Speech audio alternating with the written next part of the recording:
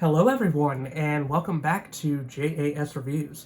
My name is James, and on this channel I do reviews of both music and movies, along with the occasional commentary piece, so if any of that sounds interesting to you, then I'd appreciate it if you left this video a like, and subscribe to my channel to see future content like that.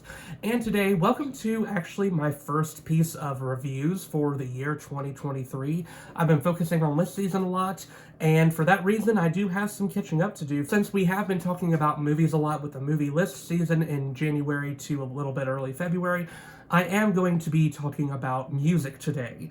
And we are going to be doing reviews in quick succession of 7 different albums. Nevertheless, let's go ahead and get started with the first album I will be discussing. So, first on the docket is one of the newer albums on here. In fact, the first couple of albums I am going to be talking about here are ones that I would consider to be a bit newer, and that is Paramore's newest release, This Is Why. Now, this has been one of the most highly anticipated albums of 2023 already by many people. I would include myself in that range of people who were very excited for this album. The last time we heard from Paramore was way back in 2017, before the craziness of COVID hit in 2020, and before that really changed the way the world worked.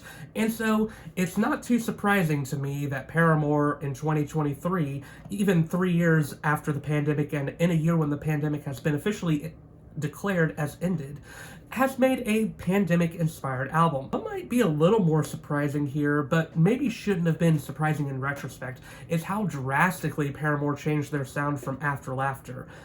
I say surprising because Paramore hasn't really done the style that they're doing on this album before, at least to my memory. They have been much more pop-punk in the past, and on After Laughter, they definitely embraced the pop side of themselves to, I think, generally good results.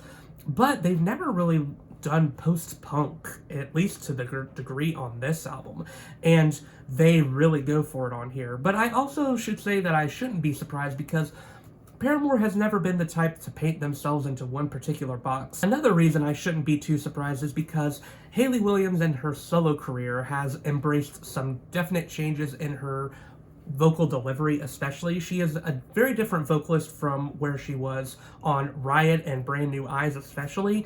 You could see the changes starting to happen in After Laughter, but on her 2 solo projects that she released over the past couple of years, you could really tell that she was embracing a more subdued vocal sound. I think Hayley's voice is really interesting on this album, and the way it is subdued actually helps with the subject matter that this album has, talking about the pandemic and the lingering feelings of bitterness, self-doubt, and relationships that pop up all across several songs on this album. And I think the album has a very consistent thematic arc of Hayley Williams having some self-discovery about different aspects of herself that I really like. Overall, I would say this album is pretty strong from both a musical and lyrical standpoint. I really liked the lead single, This Is Why. I think it does a good job of getting you into the vibe of this album, and it's probably the most Paramore-ish sounding song on this album besides one other that I will be talking about. Now, probably the closest we do get to Paramore on here, at least the Paramore that probably a lot of people were hoping for, especially those who like the pop-punk Paramore of Riot and Brand New Eyes, is The News, which was the second single. And admittedly, I actually like This Is Why a little better, but I think The News lyrically is a lot stronger in talking about the idea that the media does tend to focus on horrible things happening, but at the same time, we can't necessarily turn our eyes away from these things, from these important issues happening, just because we want to be blissfully ignorant. I think the second half of this album in particular has a pretty strong set of 3 songs in a row, starting with You First, which is another song that I would say is more what we would expect from Paramore, but maybe more from their After Laughter era, which I really do like. I think that Hayley's vocals on this are some of my favorite on the album, and I do think this is probably my favorite on the album in general. It's just a lot of fun and has a lot of interesting things to think about. I think it's a late album highlight for sure, and that goes for Figure 8 as well, which is also very reflective of the After Laughter era, but definitely with a more post-punk feel.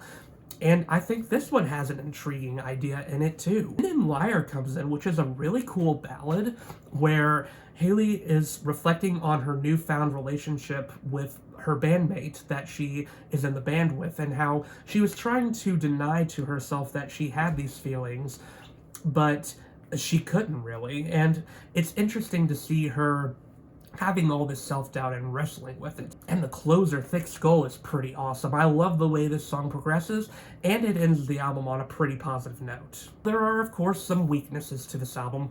I think C'est Comme Ça is not very intriguing at all. I know some people like this song for how experimental it is, but this was just too bizarre for my taste, and the na-na-nas feel a little annoying, and the chorus is one of the most repetitive on the album. I feel like the song just doesn't do that much in general. Running Out of Time is a little bit wryly funny, and Haley talking about the fact that she's always procrastinating on things and can never seem to make it on time to anything, but I just don't really care for this cut as much. Brave is trying to maybe incorporate a little bit of dream pop into its atmosphere, but it doesn't connect with me as much as I would like it to. But nevertheless, this is a very strong Paramore album, and I think shows a really interesting evolution for their sound.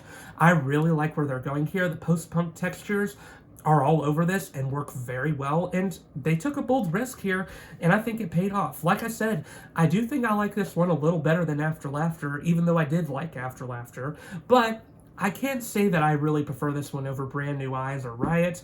I will admit I am biased to that pop-punk era of Paramore. I think that is where they're strongest, but the fact that they're bringing some more rocking elements back to their sound in this post-punk effort is what makes me like it a little better. I'm not sure where this will rank in my ultimate Paramore album rankings. I have to give it more time, but I do know I really enjoy this album, and it could end up being one of my favorite albums of the year. Strong 4 out of 5 stars for me. Alright, next, let's talk about yet another band that has been gone for quite some time, even longer than Paramore, with Pierce the Veil and The Jaws of Life. Now, the last time we heard from Pierce the Veil was back in 2016 with Misadventures, an album that I rather liked but has shrunk on me over time. Pierce the Veil is one of those bands that I really respect, and they have some songs that are just incredibly strong, but I never really liked them as an album band beyond Collide with the Sky, which I think is a pretty great album and one that holds a lot of nostalgia for me, but their other albums feel either a little samey or just a little maybe uninteresting to me. Not bad necessarily. I don't think they actually have a bad album, but their albums as a whole can run a little long. This is the most different sounding Pierce the Veil album we've had, I would say. It is their softest in many regards, and some people might be disappointed by that, but I do like the change in sound. Now, I will say it's definitely not their best by any means, but I do think a lot of what they do here works really well.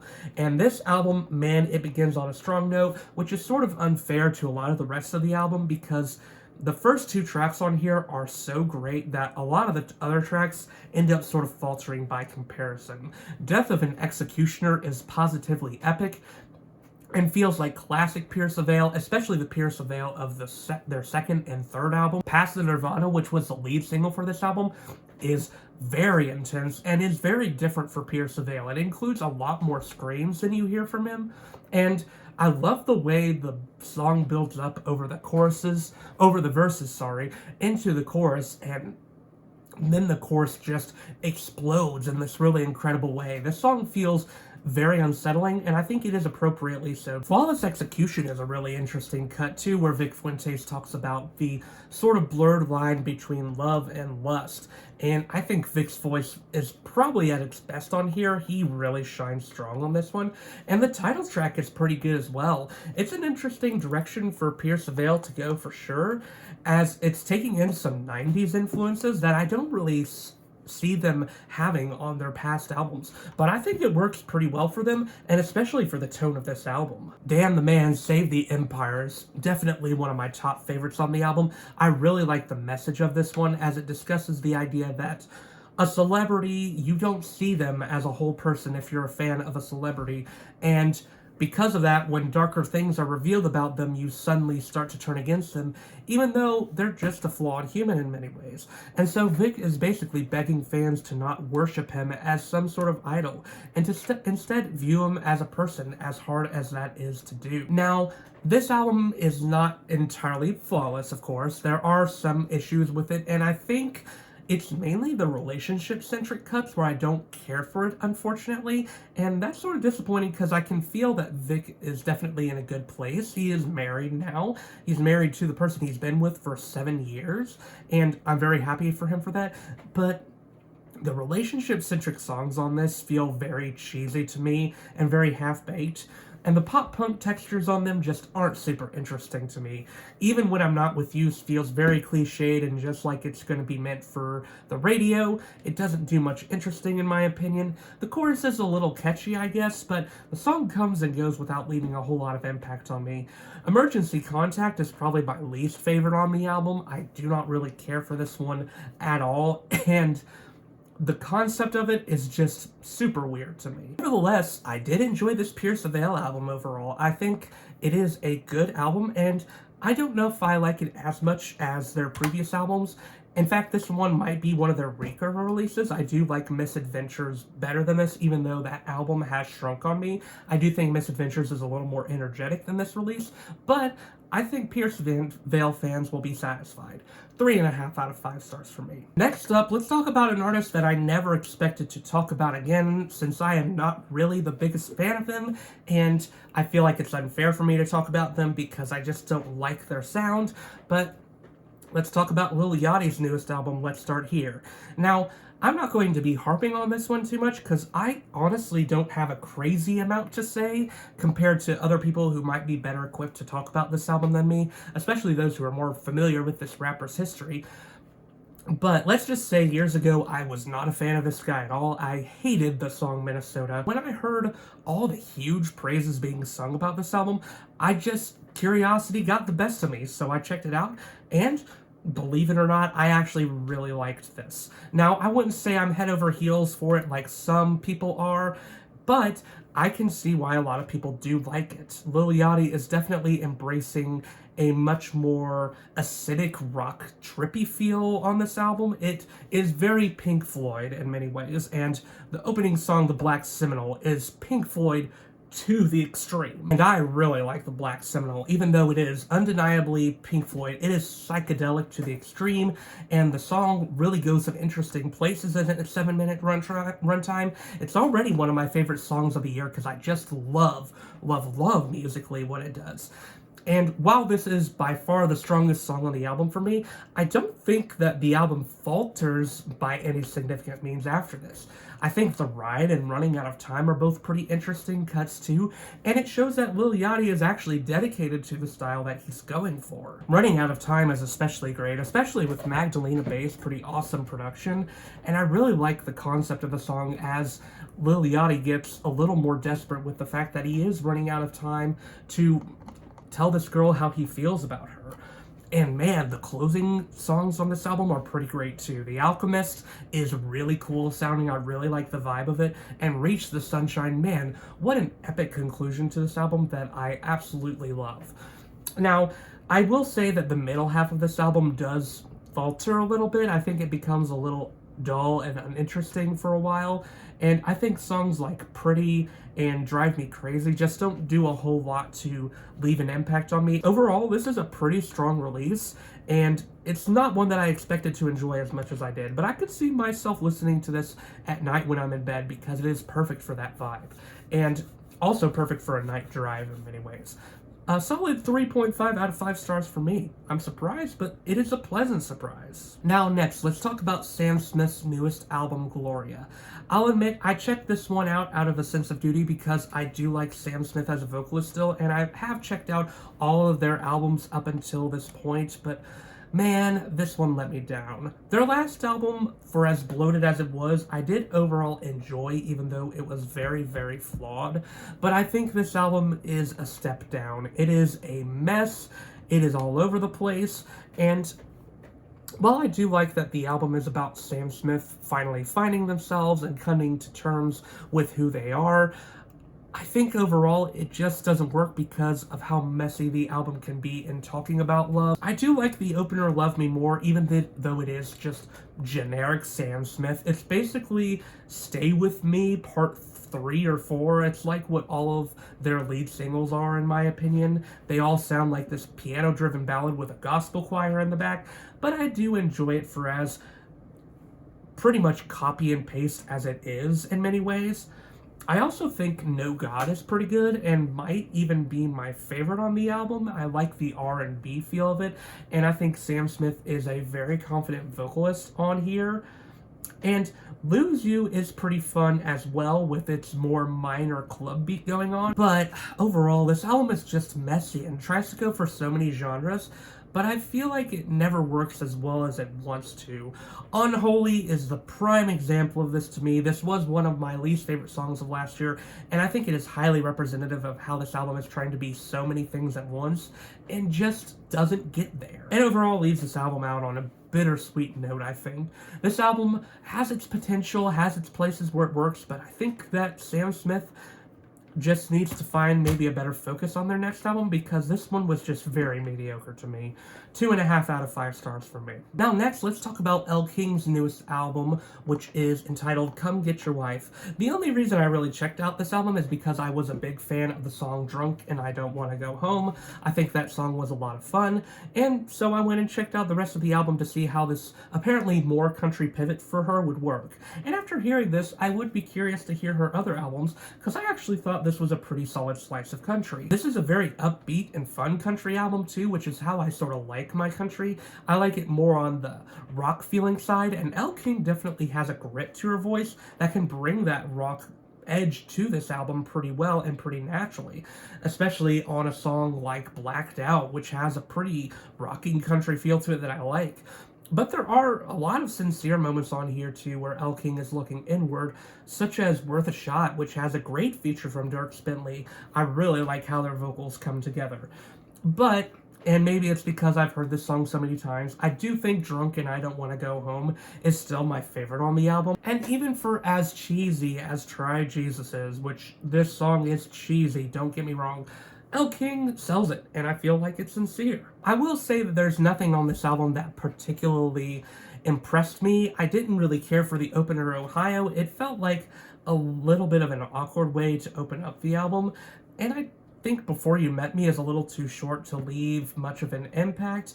And I think the ending tracks on this album, while not bad by any means, just don't leave as much of an impact as I would want them to, especially the closing track, Love Go By, which I feel like could have really expanded on its sound a little more. But I do think this is a good country album, a solid one, and it may have some cliches in it, but I think Elle King sells it mostly, and I think it works. 3.5 out of 5 stars for me. Now let's go to the opposite side of the spectrum with a country album that decidedly does not sell it for me. And I'm going to put country in big air quotes because a half of this album is pretty much straight up rock. And that is Hardy's newest album, The Mockingbird and The Crow.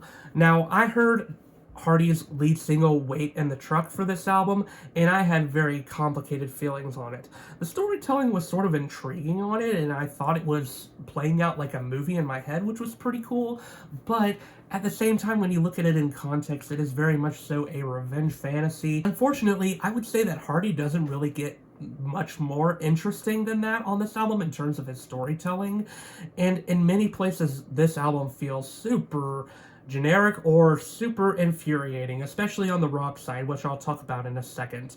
The country side of this album is inoffensive enough, I suppose, but that might be its biggest problem. It just feels like each song blends into the next. Beer is a decently fun opening track, as it's speaking from the perspective of Beer and how Beer is viewing this person that is drinking them. I guess it's interesting, and it's sort of a celebratory song about life looked through the eyes of Beer. It's sort of weird. It feels sort of disconnected in that way, but I don't hate it, I guess. It just feels like one of the most cliched country topics out there. And you could say that about a lot of the country cuts on here. I mean, look at Red, for an example, which is all about celebrating America and all the stuff that comes with that, especially the color red for whatever reason. Screen makes me roll my eyes right up to the ceiling, as it's talking about not living your life through a phone screen, and that people who do are basically dead-eyed zombies, and it's just like, this topic has been done to death at this point, and nothing interesting is being said about it here. I just did not care for this one at all, and I thought high-end country was a little cliched too. For as much as I sort of was interested in what it was going for, it felt like it was playing out like a movie in my head, which was pretty cool. And just doing a play on words to try and be interesting, but it didn't really sell it. Probably the best cut on here is, in fact, the title track, The Mockingbird and the Crow, which I found to be actually quite interesting. I really liked what Hardy was saying here, and the fact that he has been a producer behind the scenes, and because of that, he's felt like he hasn't been able to have his own voice and has just been writing his voice through other people. He wants to become the Crow and become this rebellious person who doesn't adhere to the conventions of country and instead leans into some more risky and edgy rock, I guess. And I like what he's going for here, but the setup for this doesn't really serve at all for the payoff, because man, the payoff is some of the most insufferable rock I've heard in recent memory. Yeah, the rock on this album is pretty bad, and unfortunately reminds me of Kid Rock more than I would like it to, and I cannot stand Kid Rock. The songs don't feel edgy at all. I will say that maybe there's some more blistering guitar work here than you might expect from your typical country song, maybe even going into some metal territory in some places, but it feels so lame and so badly produced that the intensity doesn't come across well in many of these songs. Radio Song is by far one of the worst songs I've heard all year.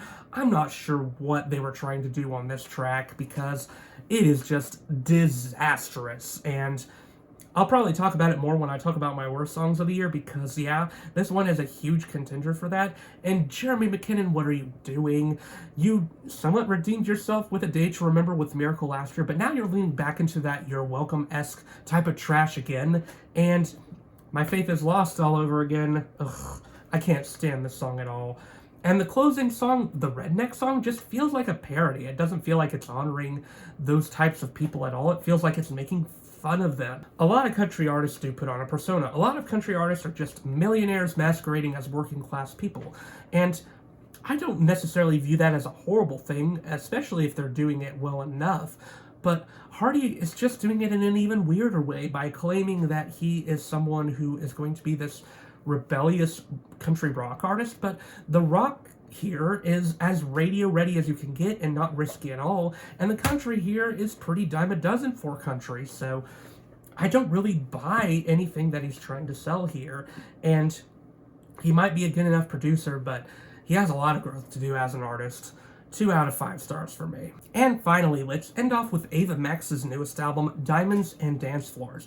This is a follow-up to her album, My Head and My Heart, which was an album that I actually liked pretty well. And Diamonds and Dancefloors is a step up, but I wouldn't say a significant one at the same time. Now, something I will say about this album is that it is pretty addicting in terms of how the songs get in your head. The writers on this album knew how to write a hook, because almost every track on here has a good hook that'll be stuck in your head for days at a time. It's clear that Ava Max is continuing on with her inspiration with the 90s and with disco, and she's even definitely taking some pages out of Dua Lipa's book for sure, but I think this album works very well on its own, just as a collection of really good pop bangers. I think in the opening track, $1 Million Baby, shows a lot of what this album has in store for you. Just fun songs about Ava Max dealing with her relationships and breakups and complications and all that good stuff, but trying to frame it in a way that is fun and enjoyable for the listener. Sleepwalker is for sure my favorite song on the album. I just love the concept of the chorus about the fact that this person that she's in love with, she's going to make them so obsessed with her that even when they're sleeping, they're going to be dreaming of her. And it's framed in a very fun way, and I just really like what the song is going for. Ava Max's vocals are very confident on this cut, and the little guitar solo that the song has, I didn't see coming, but it was just such a blast. Maybe You're the Problem feels positively ready for the nightclub or for a dance club of any time with just the blistering pop beat that goes throughout it. This song is definitely taking some inspiration from Blinding Lights by The Weeknd. And while it's not as good as that song, I do think this song is a lot of fun. Hold Up, Wait a Minute takes some inspiration from Daft Punk, especially in its chorus where it sort of has this vocal breakdown that is a whole lot of fun. And I really like the flow of the lyrics in this song. I think this is one of the more cleverly written on the album. Weapons might be a little cheesy in talking about not hurting or tearing down people with your words, but The chorus just sells it so much with its sincerity and with its anthemic feeling that I can't help but smile and like it whenever I hear it. I don't have a problem with it being cheesy, really, because I think it works in its messaging. And Get Out of My Heart, oh man, this song is pretty close to being my favorite. It is neck and neck in competition with Sleepwalker because I really like how this one uses some more EDM influences in it, which we don't really see in pop a whole lot, the very heavy EDM influences, but this song, it really works. I do think that this album plays it pretty safe throughout. It doesn't differentiate as much as I would like it to in some parts of the album. It's not like each song sounds the same from one to the next, but there are definitely some places where you can feel that her debut is coming through. I mean, Million Dollar Baby, for as much as I like it, feels like Sweet But Psycho in many places, especially with the vocal improvisations that she does in the chorus. And I think that a song like One of Us definitely sounds like Sweet But Psycho in a lot of places. And there are some songs on here that are a little duller to me. For example, Ghost just sort of comes and goes and has a very cliched feeling about this person who is in her life, who she's in a relationship with, but she feels like they don't really pay attention to her and they're just sort of ghosting her. It feels sort of cliched. And I think In the Dark, even though it starts off interestingly, doesn't really keep the momentum up, but this album is so much fun that I don't really even care that much about the flaws of it. I think this is an album that is easy to return to and is a lot of fun to sing along with, and shows Ava Max is a really good pop vocalist. I do want to see her become more confident and have a more confident identity in the future, and I think this album is a good start. I think that she can just raise the bar even more because she clearly has the talent to do so. Very strong 3.5 out of 5 for me. Almost leaning into a 4. It could get there later, but for now, I'm going to stick with a strong 3.5, an emphasis on strong. So yeah, that ends this episode of Quick Album Reviews for the year 2023. What were some of your thoughts on the albums that I talked about? Let me know in the comments down below. And once again, my name is James, and I do reviews of both music and movies on this channel, along with the occasional commentary piece. So if any of that sounds interesting to you, then please feel free to give this video a like and subscribe to my channel for future content like that. But until then, I will see you all in the next video.